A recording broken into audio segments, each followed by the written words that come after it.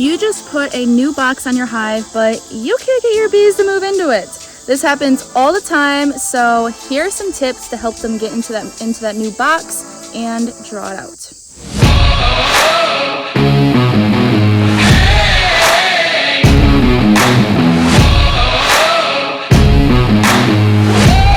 So first I need to tell you a couple rules about how bees work so that you can understand why these methods work. So the first rule is bees will not draw out comb unless 1, the queen needs more space, or 2, they're on a very, very heavy flow where they can store all of that nectar. Drawing comb is a lot of work for them. It requires a lot of resources, so they don't want to unless they have to. Now, rule number 2 that I want you to keep in mind is the queen will never cross over honey. So when you're looking at your hive, you will see that the bees will form sort of an arc of honey. You'll see that there'll be frames on the outside of the brood nest that are full of honey, and then they'll form little pockets of honey on the top and the corners of those frames, and they'll build it up. So they literally are encased in honey. And they also like to keep their honey away from the entrance. So if you ever pull out a frame and you don't remember which way it's supposed to go in, look to see if there's honey on one side of the frame, and they'll tell you which way it has to go, because honey will always be towards the back. They want their honey to be the farthest away from the entrance to prevent robbers from getting it and stealing it from them, because those robbers gotta go through them first. So keeping this arc in mind, that is why the queen will never cross over honey, because they put their brood nest there in the middle, surrounded by food so that it's easily accessible for them when they're feeding brood or themselves. So a lot of times what ends up happening is when you add that next box, you have honey at the tops of your frames in that bottom box. And like I said, unless they're on a heavy flow, 1, the queen's not going to be able to get up there, so she's not going to tell them to draw it out. And 2, if you're not on a heavy flow, why would they draw it out? They don't need it. They really don't need to at all. So this is why a lot of times you can't get them to draw out that second box. So the main thing that I have been doing that works absolutely wonders is I will move 2 frames from the bottom box up to the second box. Because remember, like I said, those bottom frames, they like to fill out the tops and corners of those frames with honey. So if you want them to draw it out, the queen has to want to be up there to lay eggs and to expand their brood nest. So take 2 frames from the center of their brood nest and move them up to the second box. What I like to do is I will put 1 frame that's brood in the second box. I'll put 1 frame that's brood, 1 empty frame, and then that second frame of brood. So another general rule of thumb is bees do not like empty foundation in the middle of their brood nest, and they also don't like honey frames in the middle of their brood nest. So if you put an empty frame in the middle of their brood nest, they are going to draw that out so fast. I promise you, you'll come back the next week and they'll already have eggs in it. So what I end up doing is those 2 frames that I took up and I moved up here, I already showed you how I do those, but now you have those 2 empty slots in that bottom brood box. So I also do the same thing, but I do it kind of opposite. So say right now we're in the bottom brood box. I will end up doing, so all of these are brood, honey, whatever they've made out, mostly brood, and then I will put an empty frame, 1 brood frame, and then that second empty frame with the rest of it over here full of brood.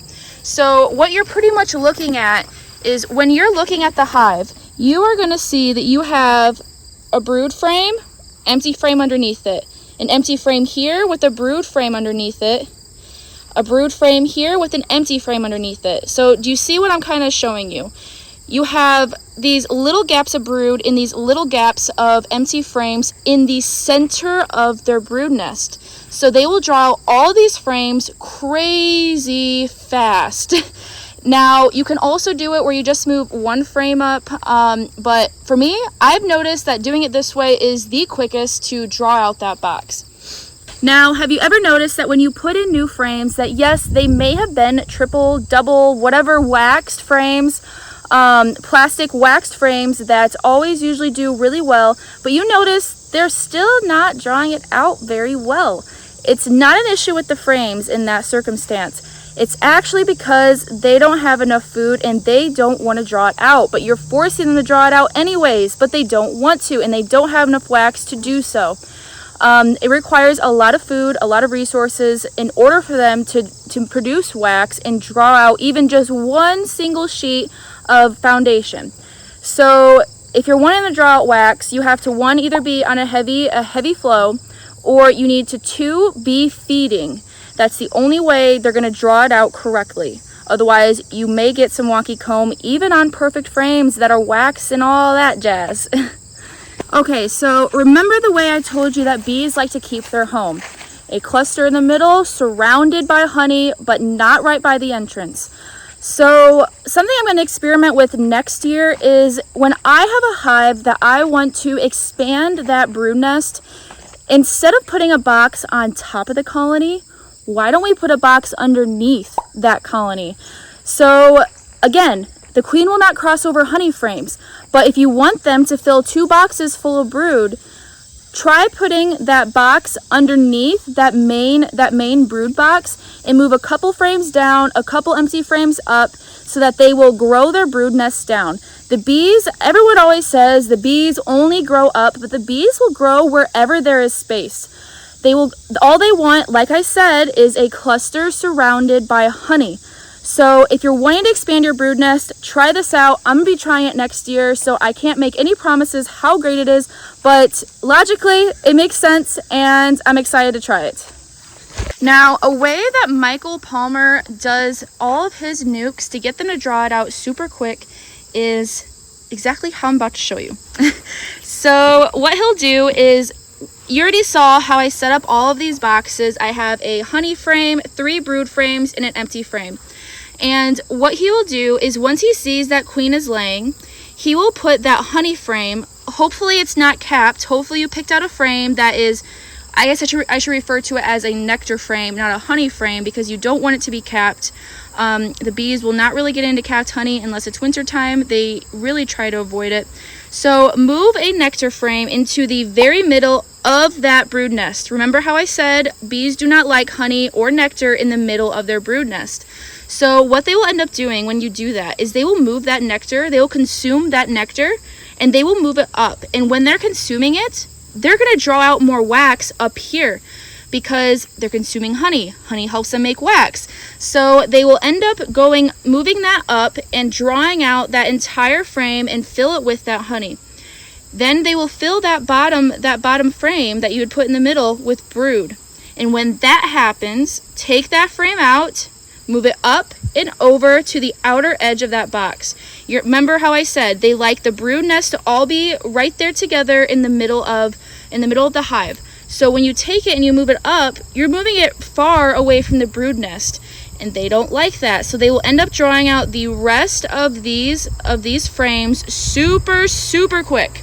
So that is the method I'm going to be using when I end up seeing if any of these queens mated when I put another box on. This was one that I had already had a mated queen in, and same with that one over there, so I'd already started it. So let's see if they actually started doing as I was saying.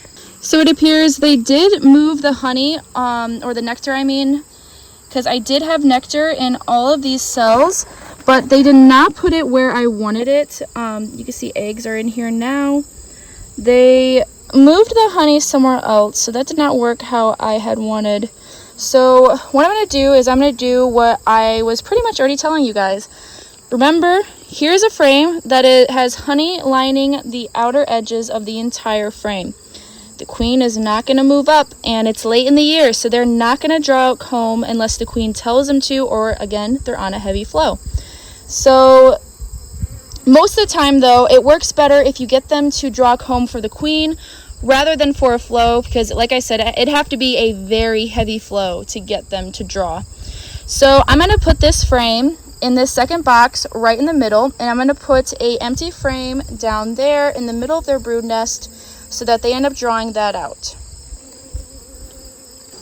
Okay, so it appears that this was the frame that was right here next to that honey frame, and they end up just moving all of that nectar over onto this frame surrounding the brood. So that didn't work as I was hoping. So I'm going to have to experiment with Mike Palmer's method a little bit more to see how that works. But so this is how I'm going to set it up so that they end up drawing this all out. What I did was I moved one of the frames from the one that I showed you that has brood on it, but also has that arc of honey. I moved it into the middle of the second box. I took that empty frame and I moved it right here.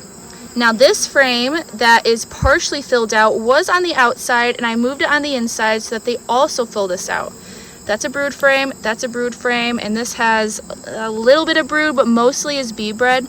So they will end up drawing these frames out pretty quickly, and they will also start drawing this one out. And also one more thing. One thing that I made sure of is this frame right here, that's going to be right underneath this frame right here, has absolutely no honey at all on the top and corners of that frame, so that they are going to be, the queen's going to be able to walk all the way up to the second box as she wants. So yeah.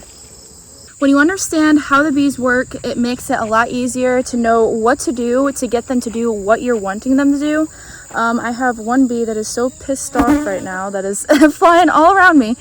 But so yeah, when you understand the bees, you understand how to get them to do what you want them to do, and that makes beekeeping a lot easier and more successful. So I hope all of those tips were helpful, and I hope you can use them to your advantage for success in your apiary. So with that, I'll see you guys in the next one.